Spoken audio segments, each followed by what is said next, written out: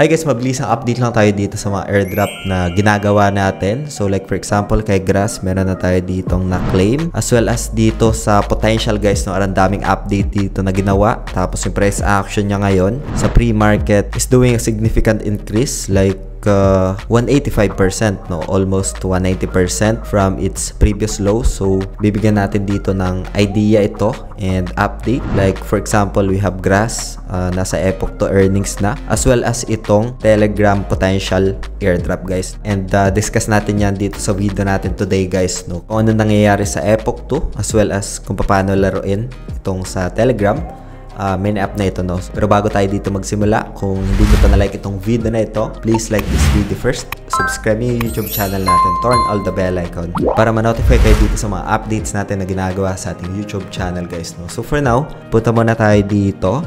Ayan, so meron sila dito guys na ni-roll out, no. So nasa roadmap naman nila ito, itong meme pad na ito, pero meron ng mga nakapag-try. This one is promising kasi it's a decentralized ito sa Telegram.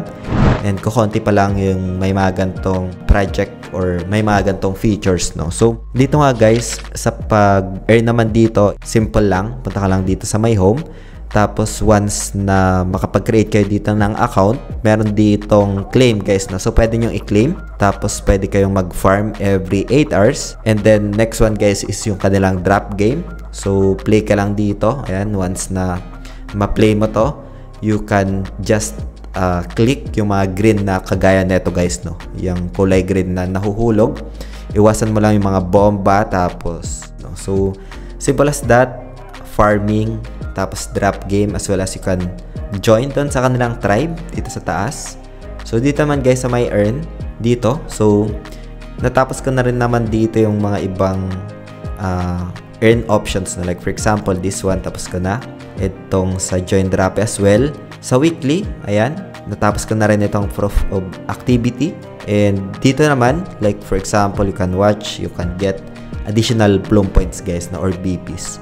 So dito sa meme pad, isa sa mga recent features nila na nilagay dito, no. So bago lang, pero sobrang laking factors ito sa kanilang project.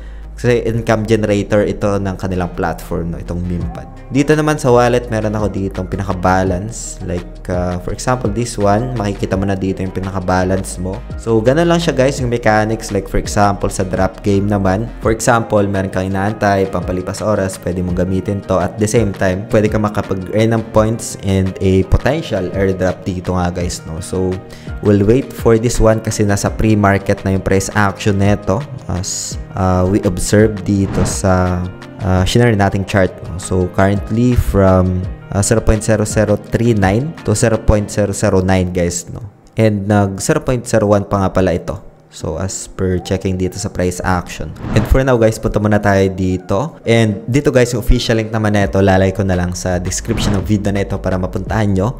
And para na rin makayo sa mga phishing links online, no. So pwede nyo itong puntahan and you can just explore. Pwede nyo itong i-check for a potential airdrop guys, no. So you can just explore this app naman.